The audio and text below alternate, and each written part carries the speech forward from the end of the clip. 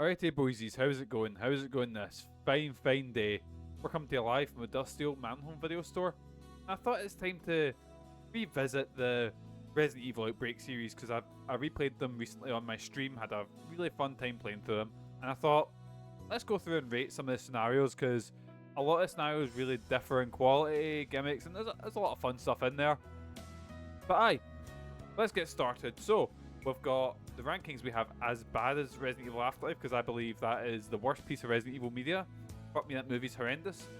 Could be better, which is maybe the thing isn't terrible, but it's got a couple of gimmicks that I like, or a couple of things that I feel wasn't fleshed out. It's okay, something that's I don't really have any strong feelings towards.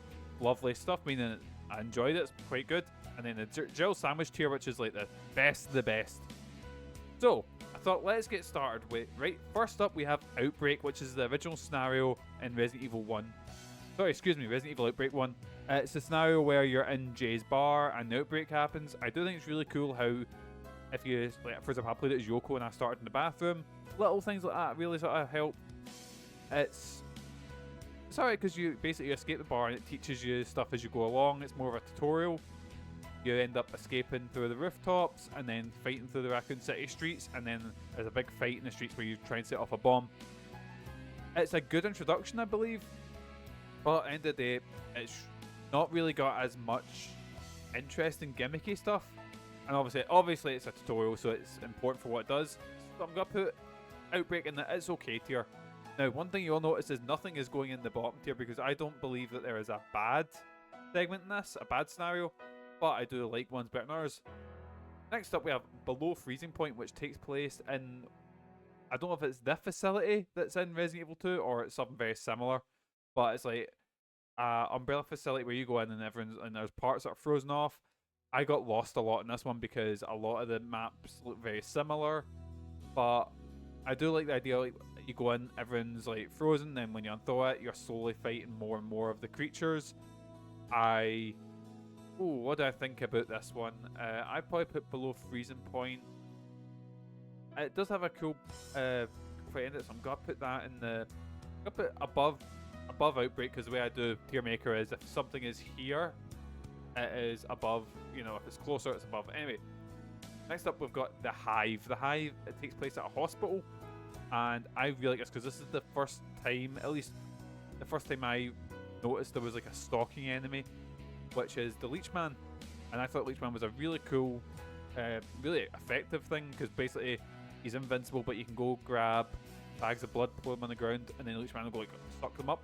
Really effective, really creepy, and you're fighting your way through the hospital. Eventually, you get down to the bit where you burn them alive, and really effective. So I'm gonna put the Hive and lovely stuff. Then you fight against the Queen Leech at the end, which isn't as good. I mean, it's okay. Basically, you run back and then shoot an explosive barrel. It doesn't end as well as, you know, the bit with the Leechman. I kind of wish it ended with fighting the Leechman, or maybe they should have just left that going a bit longer, and then the ending being getting him in the Burnley room. Speaking of Burnley rooms, next up we have Hellfire, and in my opinion, so Hellfire, even though it has a cool name, takes place in a hotel. The Apple Tree Inn, I believe, or something like that, and basically placed on fire. There are liquors throughout the place, so you run into like quite a lot of liquors, but main thing is, my main really bad issue with this is everything looks very similar. You have hallways, you have tons of hallways that look identical. There's some zombies, but it's mostly liquors you're fighting. I'm gonna put Hellfire and could be better, I know some people like it, but it's the identical hallways. The boss fight at the end is the best part about it, where you fight this sort of mutated liquor. But I just think a lot of the Hive is really, really weak, and you're just running about a burning building. There's not much to it, you know. There's not even much puzzle solving. I know if you play in hard mode, there's one puzzle which has got this map puzzle with the lights. But even I thought it was easier to get through. It wasn't. Well, Hellfire was fine, you know. It's not, again, could be better because the idea of being the burning building with zombies, it could have been more of an action-packed chapter. But then they follow up with Decisions, which basically is a lot more. It's in Raccoon City University, I believe, and it is a bit more puzzle focused. It's a bit slower paced, and then it introduces a stalking enemy and a tyrant. And fuck me, I think this is one of the best levels in the game. I fucking love it. And then you've got multiple pathways you can take. I taken away through the waterworks. That was really, really cool.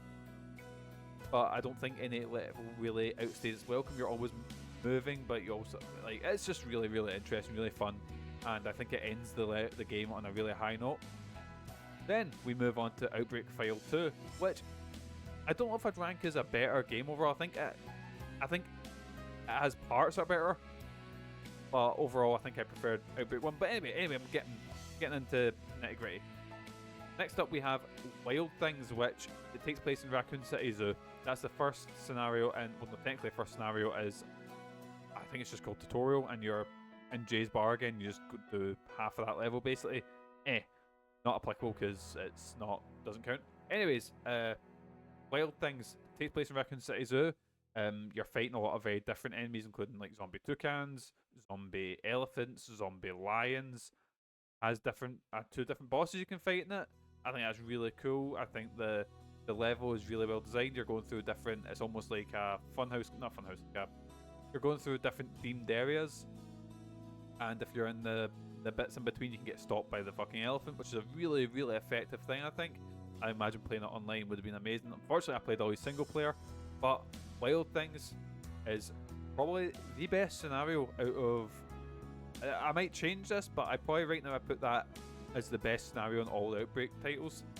We follow that up with Desperate Times, which takes place at Raccoon City Police Department, where this is how we see how the police all got out apart from Marvin, who unfortunately gets bitten and then is in Resident Evil 2. Whole scenario is an origin for how Marvin got bit, but I think it's pretty effective. The only thing is I wish there was more variance in enemies, because I believe you see a licker, but I can't remember fighting any lickers. It's mostly just zombies. It is cool farting about the RPD, but I don't know if it's either bottom of lovely stuff or top of it. So okay, I'm gonna put it in the bottom of lovely stuff, I think. Actually, no, I'll put it in top of it's okay, because then we follow up with Flashback, which takes place in a hospital on the outskirts of Raccoon City, where, and this is the one, so this game relies a lot on like notes. I don't read a lot of them because admittedly the game is kind of in a timer, but the notes in this one really make it. Basically, I'm gonna spoil a bit of it, but you meet this old man. Spoil it, the old man's a bit of a wrongin', and he tells you about, oh, you better be careful, there's this facility up ahead, and you go up and it's this ruined hospital which has this plant taking over it. Ends up the plant was his wife who was experimented on, and the old man becomes this hooded axe wielding killer who's stalking you through the halls while you're dealing with this plant infested hospital, and you're going around collecting this antivirus so you can inject the plant and kill it, or like a pesticide type thing, leading to getting chased by the Axeman, and then leading to a boss fight with the plant's core. And fuck me, what a level! Unless you get, it's annoying dealing with poison, but that's just the case with any sort of survival horror and any sort of shit like that. But Flashback, I'll put it in Jill Sandwich tier. Actually, you know what I'll do? I'll move up Desperate Times and put Flashback in the Jill Sandwich tier. Underbelly, woo! Right, Underbelly takes place in the underground of Raccoon City, funnily enough, but it's like the subway stations. This had the most annoying enemy for me in the whole game, on probably, I'm gonna say probably all of Resident Evil, bar maybe those tyrants in Resident Evil Gaiden, but the fleas or ticks, whatever you call them, they were a pain in the fucking dick, and they're the main enemy in this game, leading to and basically you're trying to escape on a subway cart that you try and turn on, and then you have to go, get the power, and then up onto the station, and a giant tick attacks, and you have to go fight the mother tick, or mother flea, sorry. And I honestly think this is quite a weak overall level. Oh, so I put it in. Yeah, it's probably my. I like it better than Hellfire. I know Hellfire had the cool final boss fight, so I'm gonna put Underbelly down there as probably my weakest one. Then we're ending off with End of the Road, which is quite a long chapter where it's got a lot going on, where you're getting chased by a tyrant, you're fighting your way through First you're in an umbrella facility with a shit ton of hunters, then you're going through a waste facility, then you come out onto Raccoon City streets and you're making a dash to the helicopter or your escape. One thing that's cool, see if you don't make that escape, there's a secret final boss that you get to fight, which I think is a really cool idea, which I didn't get to because I would just shit myself running away from the tyrant.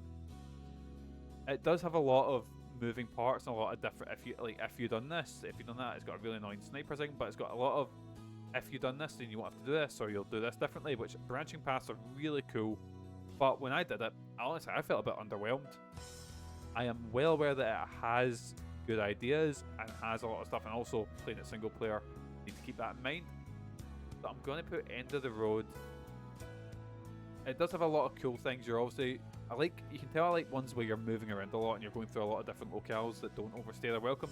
Problem is with things like Hellfire and Underbelly, I think the one locale overstays its welcome and doesn't do enough interesting to keep it interesting, you know? While you get other ones like, say, Flashback, where you're in one locale but it does enough to change it up, you know? But I'd say End of the Road and it's okay.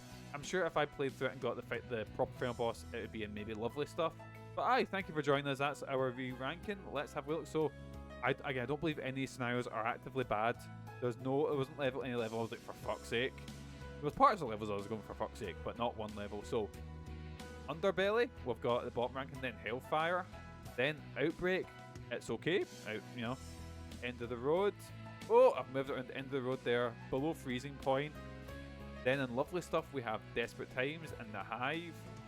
Then in the Jill Sandwich tier we have Flashback, Decisions, and the best of all the Outbreak maps in my opinion, Wild Things. Bye, cheers for joining us, boysies. Take care of yourselves. See yous!